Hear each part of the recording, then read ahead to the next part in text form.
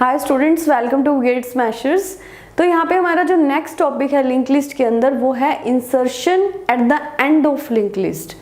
तो यहाँ हमारे पास एक लिंक लिस्ट है जिसके अंदर 4 नोड है हमारे पास 1 2 3 4 और हमने एक जो नया नोड इंसर्ट करना है लिंक लिस्ट के अंदर वो एंड में करना है इसके पास। ठीक है, अब हम यहाँ पे जानते हैं कि हमारे पास जो लिंक लिस्ट का पॉइंटर होता है वो एक ही हमें मिलता है, वो है हेड, और वो फर्स्ट नोड को पॉइंट करता है।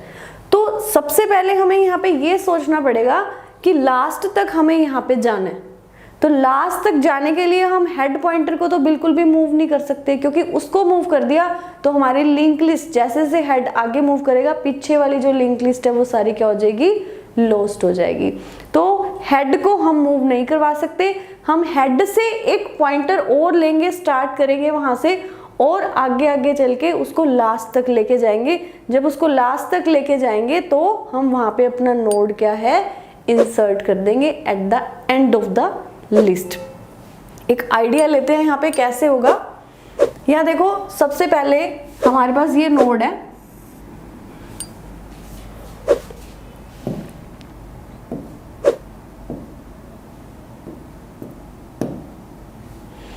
सबसे पहले हमारे पास ये यहाँ पे क्या है, एक नोड है जिसके 2 पार्ट हैं, पहला डाटा और दूसरा पार्ट क्या है हमारे पास, नेक्स्ट का पार्ट है। और हमें पता है कि इसके नेक्स्ट वाले पार्ट में नल होगा क्योंकि ये लास्ट नोड है। उसके बाद हमने कोई भी यहाँ पे इंफॉर्मेशन दे दी, मैंने यहाँ पे 25 दे दिया, इसको मैंने कोई भी एड्रेस दे दिया मेमोरी के अंदर 5000। हमारे पास ये नोड है, इसका मैंने नाम दे दिया न्यू। न्यू इसको पॉइंट कर रहा है, न्यू के पास क्या है 5000। अब हमने क्या करना है, एक पॉइंटर लेना है जो हेड से स्टार्ट हो, यानी कि फर्स्ट नोड से स्टार्ट हो और कहां तक जाए, लास्ट नोड तक जाए। तो जब भी कोई पॉइंटर लेते हैं तो उसका नाम हम क्या रख देते हैं, पीटीआर। ठीक है, इसको हमने हेड के इक्वल रख दिया। तो फर्स्ट यहां से हम स्टार्ट करेंगे, इसको स्टार्ट करेंगे, फिर हम क्या करेंगे, इसको नेक्स्ट पे जंप कर देंगे। नेक्स्ट पे जंप करेंगे तो ये यहां से फर्स्ट नोड के नेक्स्ट पार्ट से 2000 लेगा और इसको पता चल जाएगा जो हमारा नेक्स्ट नोड है वो क्या है, 2000 के एड्रेस पे है। तो फिर यहाँ पे पीटीआर जंप कर गया, नेक्स्ट यहाँ आ गया। उसके बाद इसके नेक्स्ट पार्ट से ये 3000 लेगा और कहाँ जंप कर जाएगा, थर्ड वाले नोड पे। फिर उसके बाद यहाँ से ये 4000 लेगा और कहाँ पहुँच जाएगा, हमारे इस लास्ट नोड पे। यहाँ पे हम एक कंडीशन लगाएंगे। कंडीशन क्या होगी, कंडीशन ये होगी कि जब तक जो पीटीआर का नेक्स्ट है वो नल ना हो जाए, क्योंकि हमने पीटीआर को अब यहाँ पे पॉइंट करना है। ठीक है, हमने पीटीआर को लास्ट नोड पे पॉइंट करना है, क्योंकि अगर हम लास्ट नोड पे किसी पॉइंटर वेरिएबल को पॉइंट करेंगे तभी तो हमें पता चलेगा ना ये लास्ट नोड है। और लास्ट नोड का पता कैसे चलेगा, क्योंकि इसके नेक्स्ट पार्ट के अंदर नल है। ठीक है, अब हमने अपने नए वाले नोड को लास्ट नोड बनाना है, राइट। कैसे बनाएंगे, देखो सिंपल।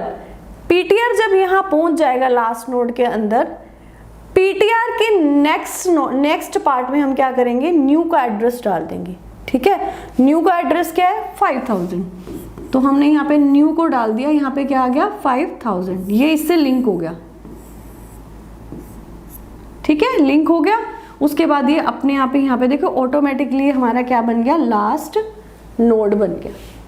ठीक है, ये हमारा एक प्रोसीजर रहेगा। देखते हैं हम इसका स्यूडो कोड कैसे लिखते हैं। यहाँ पे हमने इस एग्जांपल में 3 नोड लिए हैं। ठीक है, और हमने हमारा नोड कहाँ पे इंसर्ट करना है, लास्ट में, इस थर्ड नोड के बाद। ठीक है, अब यहाँ देखो हमारे पास एक हेड है और यहाँ पे इन्फो है। इन्फॉर्मेशन मतलब जो हमारे डाटा पार्ट में हमने इंसर्ट करनी है, और जो हमारा इसका नोड का नेक्स्ट पार्ट रहेगा न्यू नोड के, वो तो आपको पता है कि नल ही होगा क्योंकि वो लास्ट नोड होगा, राइट। उसके बाद देखो जो नेक्स्ट स्टेटमेंट आती है वो हमारे पास है, यहाँ पे हमने 2 पॉइंटर का यूज किया है। जैसा कि हमें पता है कि एक पॉइंटर तो यूज होगा जिसमें हम नोड अपना लेंगे, ठीक है, जो न्यू नोड हमने यहाँ पे इंसर्ट करना है, और जो दूसरा पॉइंटर है पीटीआर, ये हम ट्रैवर्सिंग के लिए यूज करेंगे। इसकी टाइप क्या है, इस स्ट्रक्चर पॉइंटर्स की टाइप क्या है, ये नोड इसकी टाइप है। क्योंकि हमें नोड हमेशा दो पार्ट्स में ही चाहिए, पहला क्या है डाटा पार्ट और दूसरा क्या है यहाँ पे नेक्स्ट पार्ट, राइट। उसके बाद देखो अब हमने उसका जो स्पेस है, उस नोड का जो स्पेस है वो मेमोरी के अंदर लेना है, ठीक है।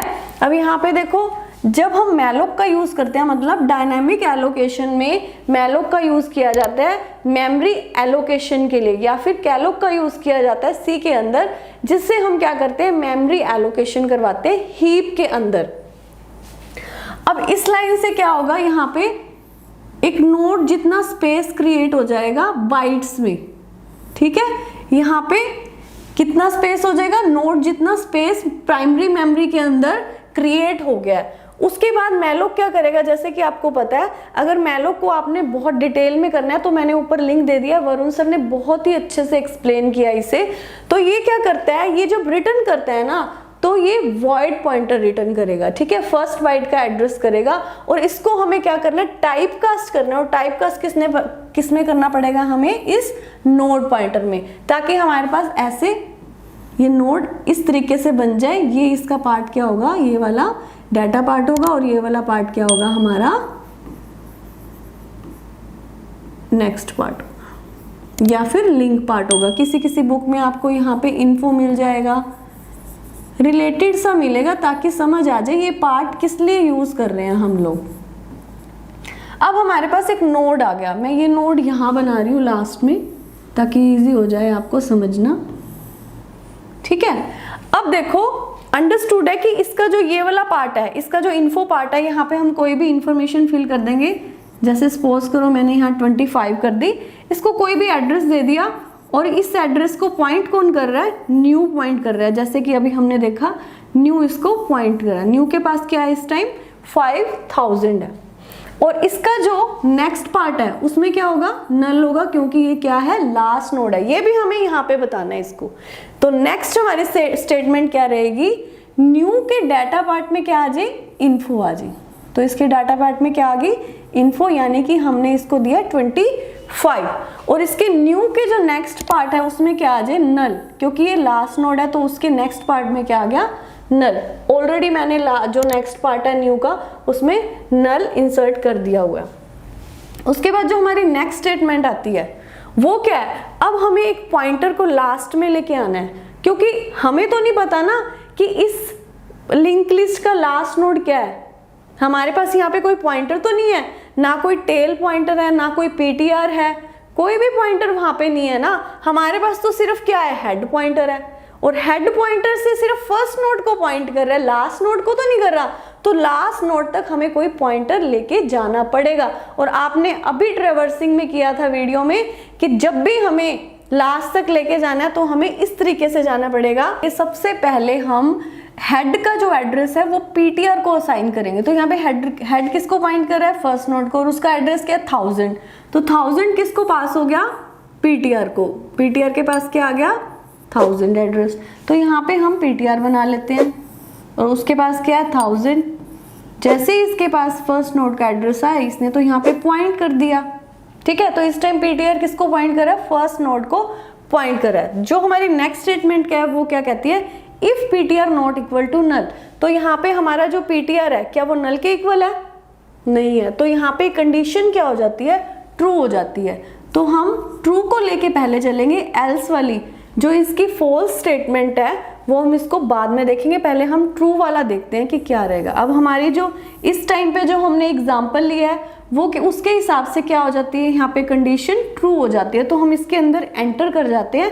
एंटर करते ही हमारे पास क्या आता है, लूप आ जाता है। वो वाइल लूप क्या कह रहा है, PTR next not equal to null.